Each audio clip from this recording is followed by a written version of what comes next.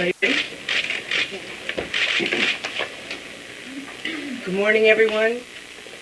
For those of you I don't know, I'm Melissa Merson, the Associate Director for Communications at CBO. This morning we released our Budget and Economic Outlook. It is now live on the web at www.cbo.gov. We also launched today a new interactive web page that we hope will make it easier for people to access the information. It's my pleasure this morning to introduce to those of you who haven't already had the opportunity to meet him, our Director, Douglas Elmendorf. The Director will have a short statement, after which he'll be happy to take your questions. We plan to run up to about an hour. Because we are live on C-SPAN and some other networks, we would appreciate it if you would please remember to identify yourself and your news organization when you ask your question. And with that, we'll start. Well, good morning. Thank you all for coming. I'll spend a few minutes describing the key aspects of our budget and economic outlook, and then my colleagues and I will be happy to take your questions. Under current law, CBO projects that the budget deficit this year, fiscal year 2010, will be about $1.3 trillion, or more than 9% of the country's total output. That deficit would be only slightly smaller as a share of GDP than last year's deficit, which was the largest since World War II. We expect that revenues will grow modestly this year, primarily because we expect a slow pace of economic recovery. We expect that outlays will be about even with last year's level, as a decline in federal aid to the financial sector offsets increases in outlays from the stimulus package and for other purposes.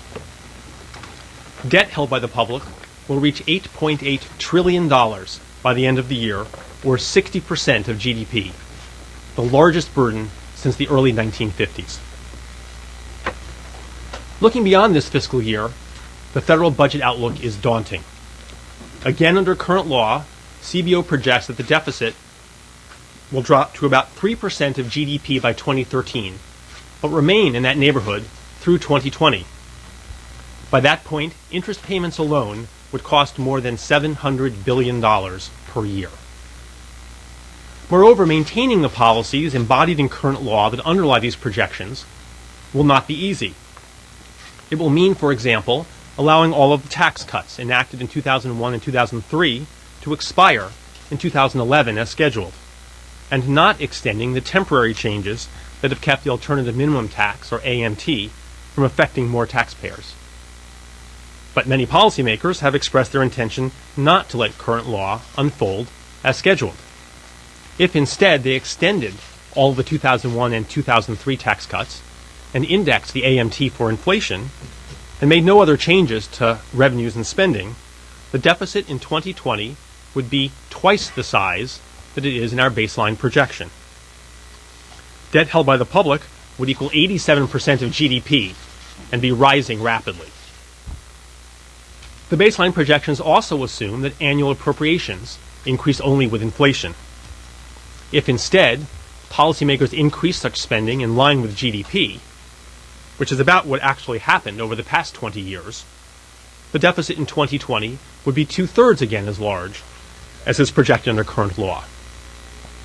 In sum, the outlook for the federal budget is bleak. To be sure, forecasts of budget and economic conditions are highly uncertain. Actual deficits could be significantly smaller than we expect, or significantly larger. We believe that our projection balances those risks. One set of factors contributing to the bleak budget outlook are the financial crisis and severe recession, as well as the policies implemented in response. Analysts define the end of a recession as the point at which output begins to expand again. By that definition, the recession appears to have ended in mid-2009. However, payroll employment, which has fallen by more than 7 million since the beginning of the recession, has not yet begun to rise again. And the unemployment rate finished last year at 10%, twice its level of 2 years earlier. Unfortunately, CBO expects that the pace of economic recovery will be slow. Household spending is likely to be dampened by weak income growth, lost wealth, and constraints on their ability to borrow. investment spending will be slowed by the large number of vacant homes and offices. In addition, although aggressive action by the Federal Reserve and the fiscal stimulus package helped moderate the severity of the recession and shorten its duration, the support to the economy from those sources is expected to wane. Employment will almost certainly increase this year, but it will take considerable time for everyone looking for work to find jobs, and we project that the unemployment rate will not return to its long-run sustainable level of 5% until 2014. Thus, more of the pain of unemployment from this downturn lies ahead of us than behind us. The deep recession and protracted recovery mean, under current law, lower tax revenues and higher outlays for certain benefit programs. CBO estimates that these automatic stabilizers will increase the budget deficit by more than 2% of GDP in both 2010 and 2011. In addition, CBO projects that last year's fiscal stimulus package will increase the deficit by about 2% of GDP this year and by a smaller amount next year. As the economy recovers and the effects of the automatic stabilizers and legislated policies fade away, the budget deficit will shrink relative to GDP. However, as I have noted, the projected deficit remains large throughout the decade, even under current law. And if current law is changed in some way that more closely matches current policy, the amount of government borrowing relative to GDP would be unprecedented in the post-war period. A large and persistent imbalance between federal spending and revenues is apparent in CBO's projections for the next 10 years, and will be exacerbated in coming decades by the aging of the population and the rising costs of health care. That imbalance stems from policy choices made over many years. As a result of those choices, U.S. fiscal policy is on an unsustainable path to an extent that cannot be solved by minor tinkering. The country faces a fundamental disconnect between the services that people expect the government to provide, particularly in the form of benefits for older Americans, and the tax revenues they're prepared to send to the government to finance those services. That fundamental disconnect will have to be addressed in some way if the nation is to avoid serious long-term damage to the economy and to the well-being of the population. Thank you. We're happy to take your questions now. Yes. Jackson of CBS News. As you probably heard, the president is proposing a spending freeze on discretionary spending, non-security spending. Is that enough, or would you consider that minor tinkering? We have not analyzed that aspect of the president's budget proposal, nor any other aspects. We will, of course, be analyzing his proposals when they're released next week, and we'll release our analysis of them in March. By the administration's estimate, as reported in various newspapers I read this morning, the step they're proposing would save about $250 billion over 10 years. Again, I don't know if that's the estimate that we would produce because we don't know the specifics of the proposal and have not done the estimate. Savings of $250 billion, if that were to occur, are substantial savings, but clearly they are only a small share of the baseline deficits. We project a deficit over the next 10 years of about $6 trillion under current law, and significantly more if the tax cuts were extended.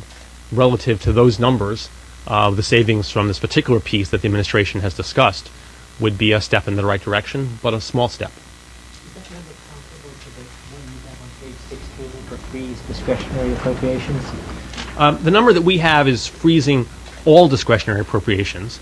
As I understood the president's proposal, again, just from the newspapers this morning, he proposes freezing some piece of discretionary appropriations, the non-defense, non-security piece, and for a period of a few years. I think it was 3 years, whereas our analysis is a freeze of all of the discretionary spending for the entire 10 years of the projection. And this number appears to be much lower than 250.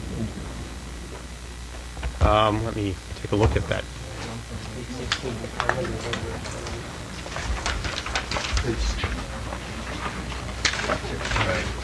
So the number that I see, so on page 16, freeze total discretionary appropriations at the level provided for 2009. So over the 10-year period, Robert, the savings there are about $1.3 $3 trillion. So as I understood the administration's number, it was a number for a period of a number of years, based on a freeze of 3 years for some subset of this category.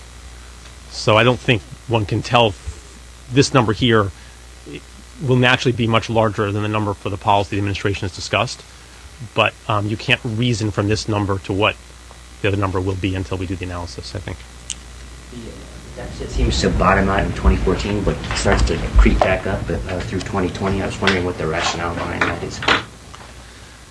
So there are several factors at work here. Throughout the 10-year period, spending on Social Security, Medicare, and Medicaid are rising relative to the economy because of the aging of the population and rising healthcare costs. Discretionary spending is declining as a share of GDP